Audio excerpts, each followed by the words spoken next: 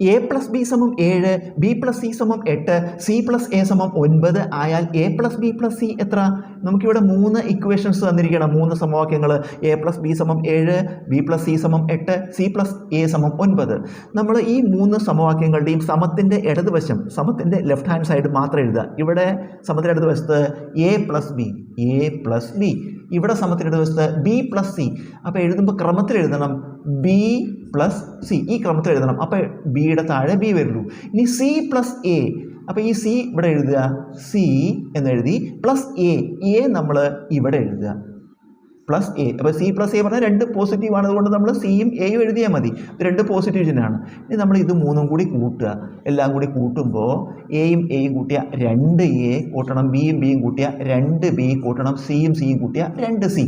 നമ്മളിപ്പോൾ എന്താ ഇത് ഇടതുവശങ്ങളൊക്കെ എഴുതി കൂട്ടി, സമം അതുപോലെ വലതുവശങ്ങളും എഴുതി കൂട്ടണം. ഇവിടെ 7, 8, 9. അപ്പോൾ 7, 8, 9 എഴുതി കൂട്ടുക. 7, 8, 15, 9, 24. അപ്പോൾ നമുക്ക് 2A plus 2B plus 2C സമം 24. ഇതിന്ന് നമ്മുടെ 3 ടേംസ് ആണ്, 3 പദങ്ങൾ. എല്ലാത്തിനും 2 കോമൺ ഫാക്ടർ ആയിട്ട് എടുക്കാം, 2 പൊതു ഘടകം. ബാക്കി ഇവിടെ A plus B plus C സമം അപ്പുറത്ത് 24. അതായത് 2 into A plus B plus C സമം 24. എ പ്ലസ് ബി പ്ലസ് സിയുടെ ഇരട്ടി 24. അപ്പോൾ എ പ്ലസ് ബി പ്ലസ് സിയുടെ സ്ഥാനത്ത് എത്രയായിരിക്കും? എ പ്ലസ് ബി പ്ലസ് സിയുടെ സ്ഥാനത്ത് സംഖ്യ കാണാൻ 24 2 കൊണ്ട് ഹരിച്ചാൽ മതി. 24/2 ഉത്തരം 12.